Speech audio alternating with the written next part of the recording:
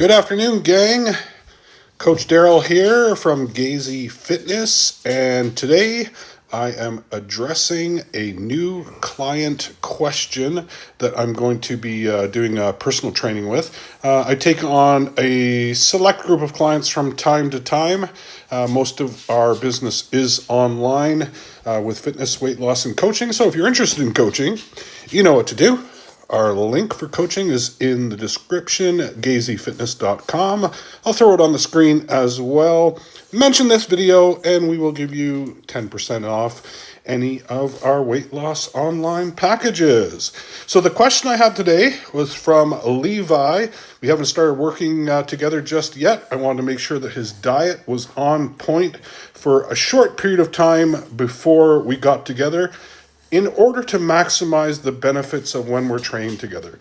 You don't want to be working with a new client and their diet is all sloppy and half-assed, and they're not going to be able to push the results that we're hoping for. So I wanted to make sure that he was up to speed before we get him up to speed.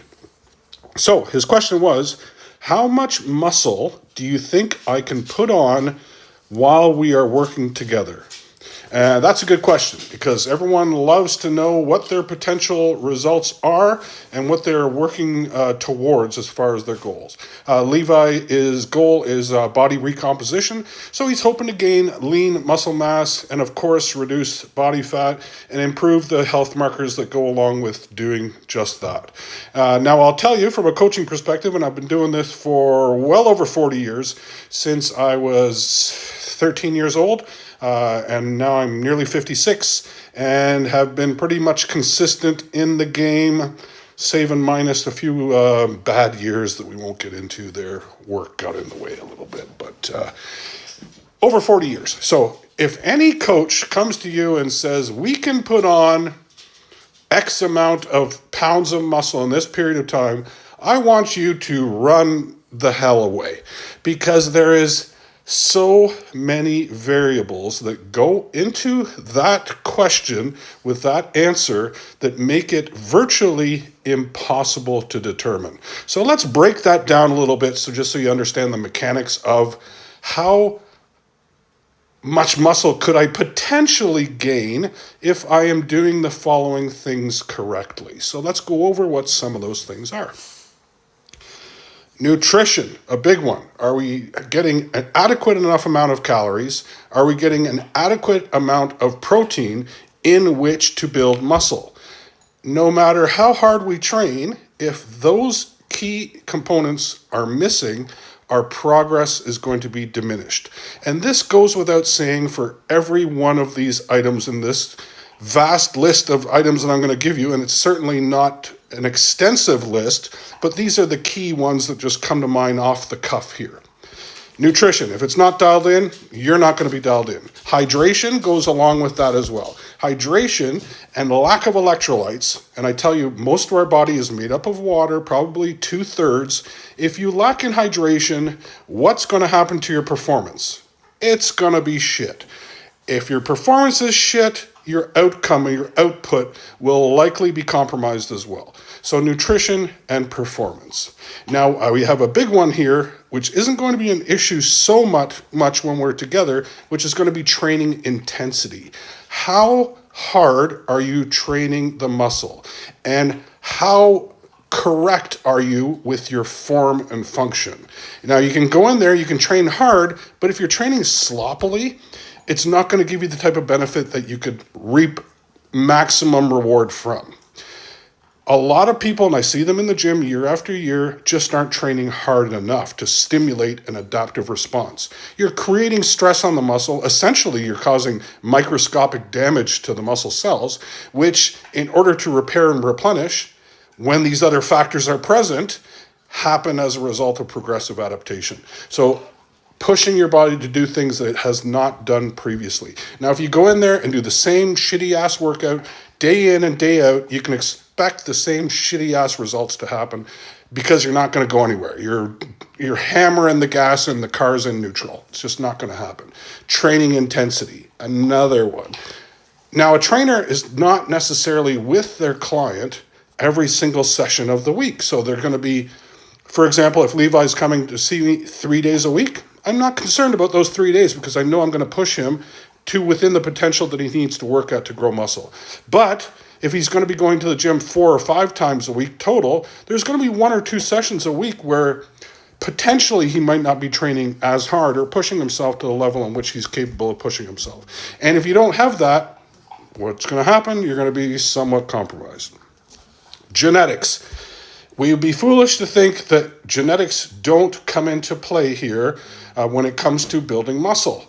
There's a predetermined code that I think that we all have built into us that has certain outliers as to just how potentially big we can grow.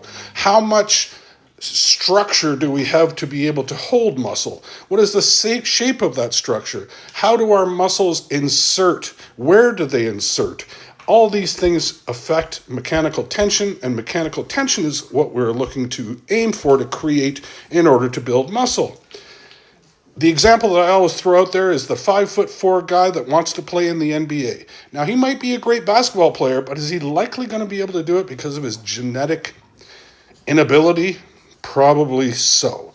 But that does not mean that even though our genetics may not be the most favorable, which most of us aren't, unless we're that elite level, professional, Olympian level bodybuilder, we are still not working within our genetic potential. Nowhere near it, probably. So that's a big component. Do we have the genetic capacity in which to build muscle? Stress. This is a huge one. Stress impacts just about every system in our bodies. Our ability to grow muscle, to recover from heavy workouts, to sleep well, which then stimulates the release of growth hormone, the release of, the hormones that are responsible for building muscle while we're resting. If stress is high, everything else gets kicked back because our body wants to deal with the stress in our lives before it deals with the training stress. That part of things can wait. It's a key component of survival. Your body wants to keep you alive more than it wants to build 20-inch arms. One thing's going to come before another thing, especially if any of those other factors are off as well. If your nutrition's off, if your sleep is off, that's another big one, stress. Now, I know some of us have jobs in which we can't do a whole lot with as far as minimizing the stress, or just the day-to-day life stuff with family and friends and kids and job and all those things that go into the stressful situation. You got to do the best you can with this category because you can't really expect to change it a whole heck of a lot. But it does lead me into the next kind of factor as far as whether your results are going to be optimal or not, and that is recovery. There are a lot of recovery modalities that are fantastic for reducing stress, reducing inflammation, and just helping your body recover from the exercise process, especially if you are training hard. Now, when you look at athletes at the highest levels, like your Olympic athletes, your professional sports athletes, they spend a shit ton of time doing different recovery modalities, whether it's hot saunas, cold plunge, body mechanical techniques like massage therapy, active release, stretching, all of these different modalities, hot tubs, you name it. They've got a whole team of people that are responsible for their recovery efforts in order to keep them performing at their best and keep them in the game. Now, I know that we don't all have access to all this bells and whistles, and quite frankly, it's friggin' expensive to do that stuff. So with that, you got to do what you can. Even something as simple as having a nap in the afternoon, if you have the luxury of even being able to do that, or sneak in one when you can, when you get in from work. If you can nap, your body's going to start the recovery process. Even 20, 30 minutes is better than not doing it at all. So that's another one. Sports nutrition supplements, and I'm going to throw this in there, although that it's a long shot away from sports nutrition supplements. Performance enhancing drugs. Who are we kidding here? They work, and that is why people are in tune with using them, because they drive a result that works. Are they potentially dangerous? Absolutely. You can't overlook it, though, in the whole gamut of things that lead to the ability in which to grow muscle. Sports nutrition supplements on the much, much, much lower end of things than performance-enhancing drugs and peptides and things of that nature, SARMs, all those things, all lend credence towards growing muscle. Even your basic creatine monohydrate, the most researched and tested sports nutrition supplement in existence, has got fantastic benefits in the fitness arena, as well as cognitive benefits and other health benefits as well. But consider that, at the very least, adding that to your program, because it makes a significant result. Things like essential amino acids, essential fatty acids, whey protein isolate, a decent multivitamin or a daily nutritional drink like IM8, links in there. You get a discount, throw that out there. So it all goes towards recovery efforts. Is it going to help? Absolutely. Is it going to help a massive amount?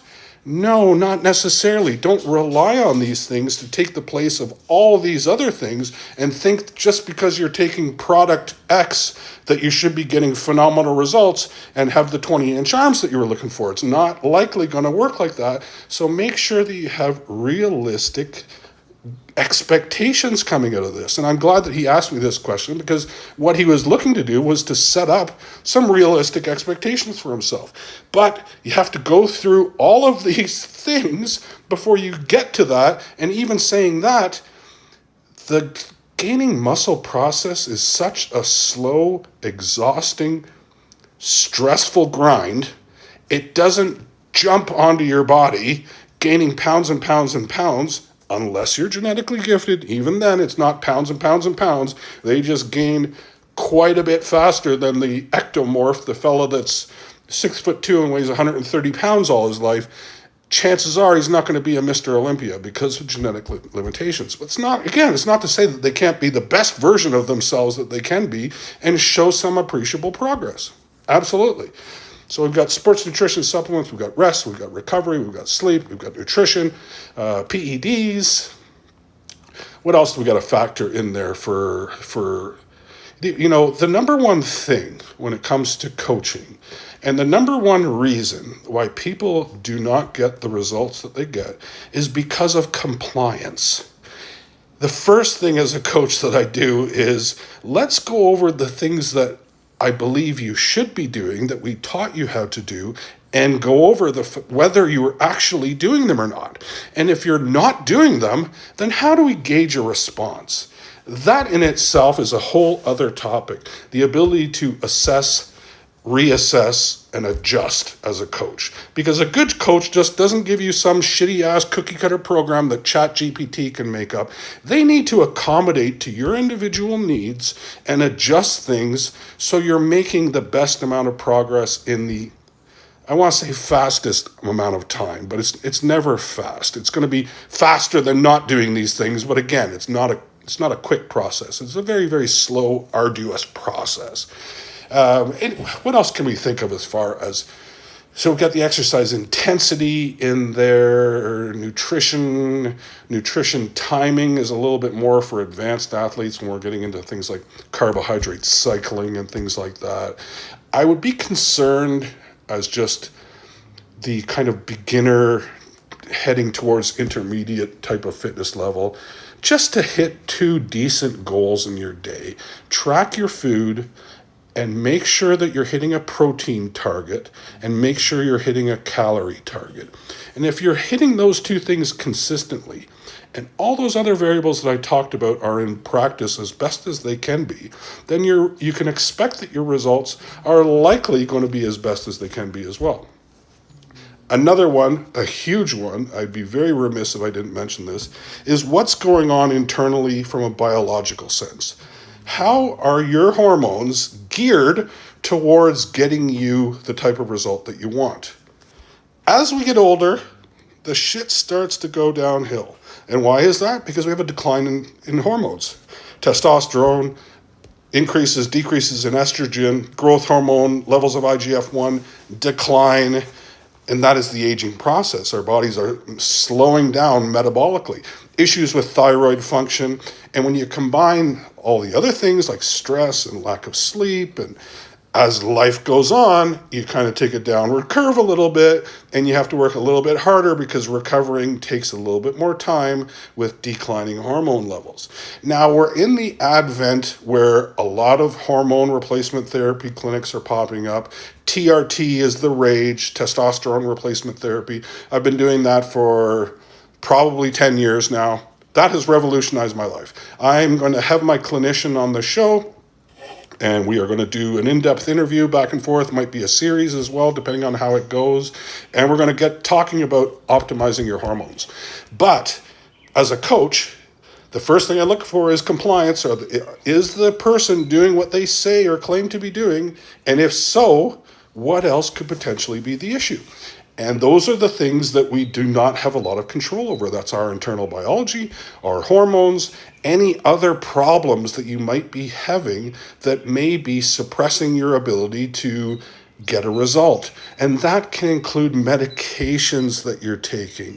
A lot of anti-anxiety medications and depression medications, a lot of medications in general may have side effects that are combating your ability to get an appreciable result. Now, I'm not a doctor, but I do have a pretty strong idea of how these things work and how they may hinder your progress. So I would suggest that you get with whoever your GP is, your clinician. If you want to utilize the one that I'm going to, absolutely fantastic.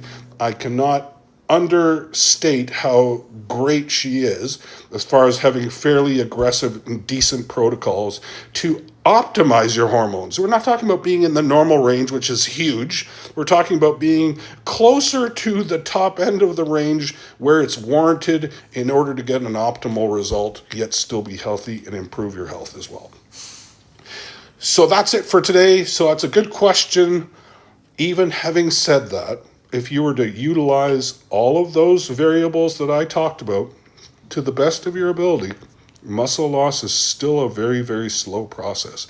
So don't expect to walk in the gym and walk out of the gym looking like Hercules, because it's going to take time. It's a game of patience, consistency, application, rinse and repeat over and over and over again until you can drive the best result possible. But you also have to be gauging your progress or lack thereof it along the way to ensure that what you're doing is even working, because not necessarily one type of format works well for one person doesn't mean it's going to work well for another person. You may have to try different strategies and employ different things. But we'll talk about more of that later. So again, if you enjoyed the content, subscribe to the channel. Do the like, comment, share, ask me a question. For coaching, GAZEYFITNESS.com. And that's it for today. And I appreciate very much. Thanks for watching, and we will talk soon. Bye now.